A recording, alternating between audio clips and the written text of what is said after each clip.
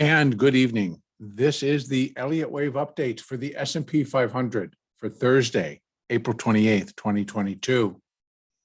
It really was an astounding day again. It was full of everything and everything in between. The S&P originally it started out higher, it remained higher, but then it sold off. It did not go totally negative as the Dow and the NASDAQ did, but still it dropped down. But then the buyers stepped back in and they bought for the balance of the session. They bought and they bought and they bought and they bought, primarily on the basis that Apple and Amazon were just going to blow it all away.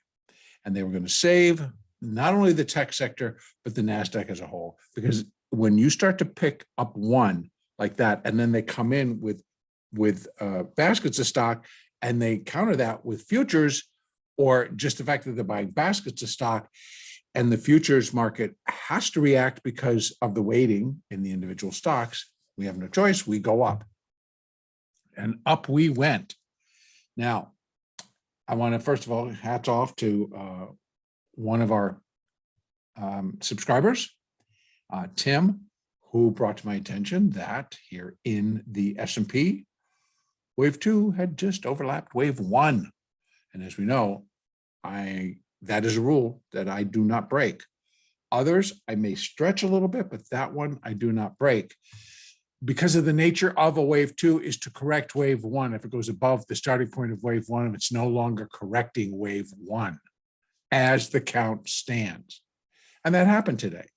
So first of all, I thanked Tim for giving me the heads up. But at the same time, it shared, which is okay. Everything remains the same. I do have an alternate count that fits. And by the way, we just opened, reopened, and we've just gapped lower. We are gapping lower pretty nicely. S&P, you can see right here, it's come down to 38, back up to 43. So we're just going to juggle it around as everybody jockeys for position. The NASDAQ is down 250, 252. So it's extremely interesting day, and an immediate reversal of what we saw all day. Immediate reversal, what we're seeing now. Okay, so what is going on? Larger picture, exactly the same. Small change, but dramatic change here in this particular minor third wave down. So I'm going to go ahead and drop down to that hourly chart so we can take a look. We can see what's going on and what that means. Prior to today, I had been counting that this was the completion point for minor wave 1. And then this was, minute wave 1. This was minute wave 2. This was sub-minute wave 1 of minute 3. Then came this. And this high, actually, it wasn't by much.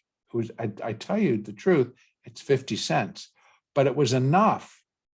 It was enough to really, it could still be the end of minute 2.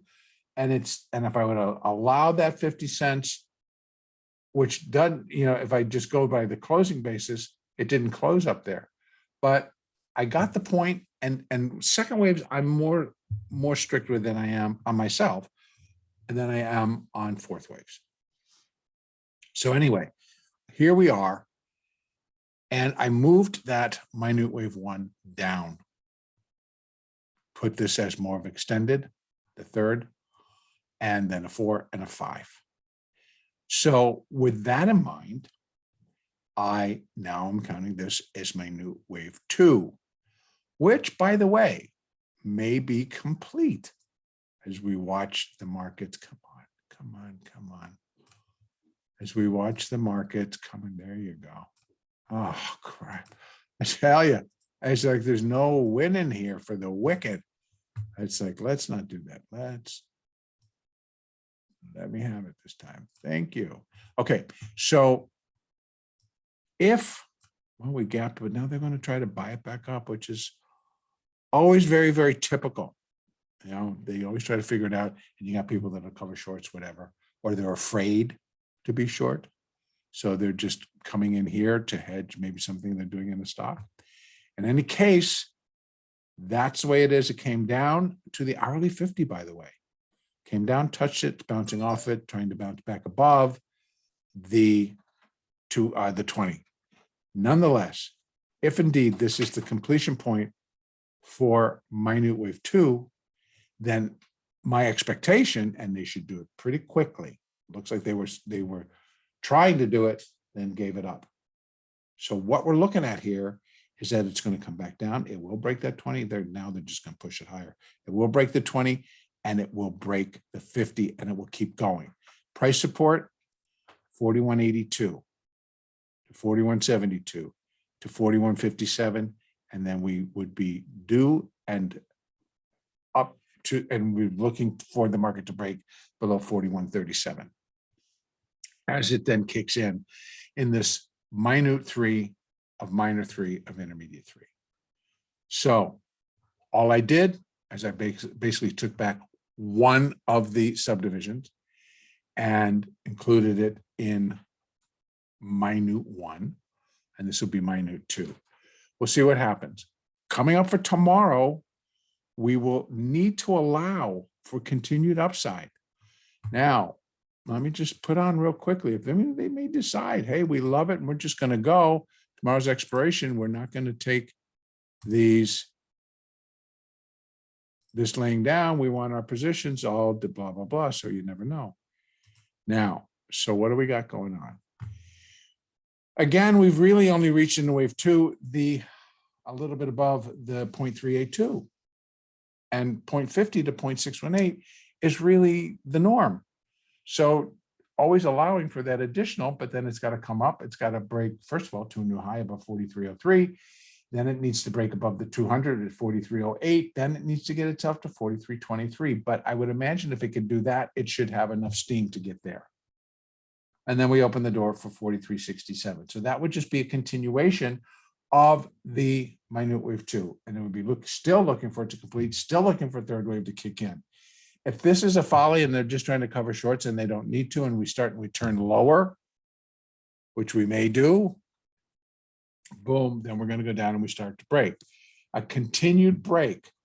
And now let's wrap some Fibonacci around that downside target. First one I'm going to put up is minor wave 3. And that's going to come in, let's just see how it's going to look, because our minute wave 1 is coming in so big that you can see we're already past the 100, we're already down here. And so it becomes ineffective. And if anything, we're looking at 200%, if not greater, 2.382 to complete minor 3. And there's a lot to get going in that. If this is only a minute 1, 2, we get a 3 and a 4 and a 5. We're looking for some damage. Now, so I'm actually going to take this one off. And again, the reason being is because the wave 2 came in so under expectations, as this one we're going to look like. If this really does complete minute wave 2, I think we could do the same thing here and we'd be looking at what we'd be looking at for a minute third wave. So let's just go ahead and do that. Wave 1, I will have to put it there. We're running off of the daily. Okay, 303, 03, come on. I'll give it the 6. Go in and correct it myself. So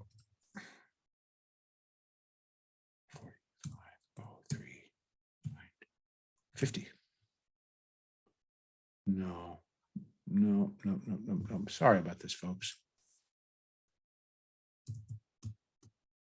3.50, and the midpoint was 41.31. Beginning point was up there. Come on, move. At 45.09. Isn't that the high? Sorry about this. 45.09. Get to watch me make mistakes, but I want it to be more accurate. Sorry about this. Anyway, so here we go. So now we're just looking for, we're looking on the inside of the minute third, 36.91, but even 100% is 39.25.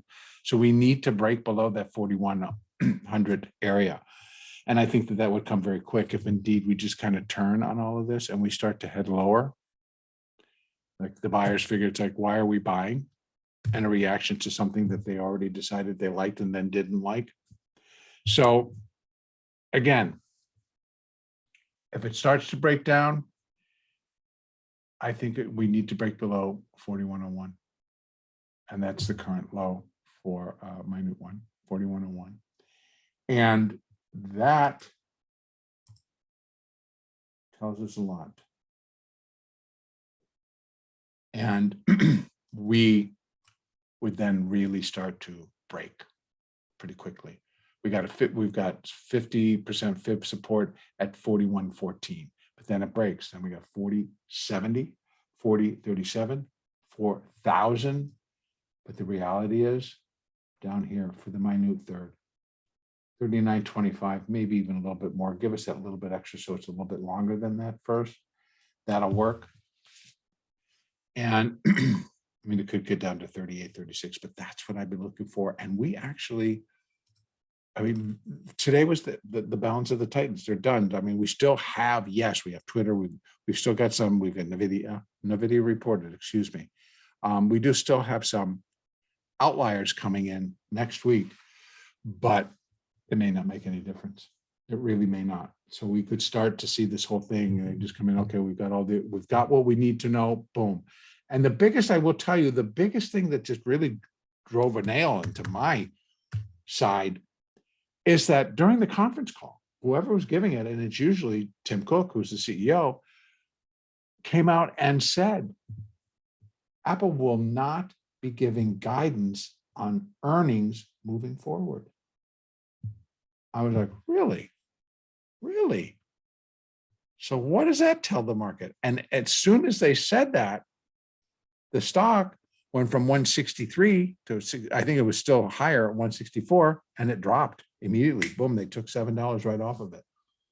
So I'm not sure what it means, but it's got to all be digested. So here we have for tomorrow, allow for the continued upside. I'm not truly expecting it, but again, who knows how the rest of the globe is going to react, or the rest of the evening, and then even tomorrow morning when everybody's had overnight to think about how wonderful everything is. So, or not.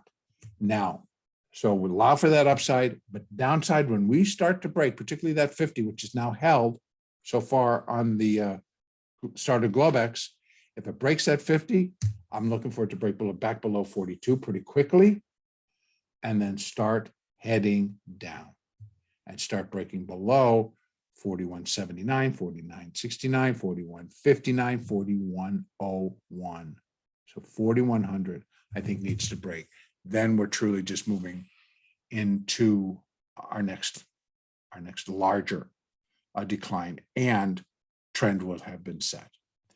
All right, continue to use the moving averages as your guide on the near-term charts, the near shorter time frame charts, the 1 minute, the 2 minute, the 5 minute.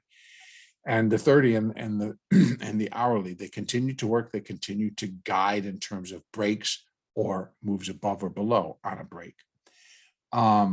Use the Elliott, use the Fibonacci. Our next update will be on Sunday, and believe it or not, it'll be May 1st. Have a great weekend, everybody. Be back on Sunday.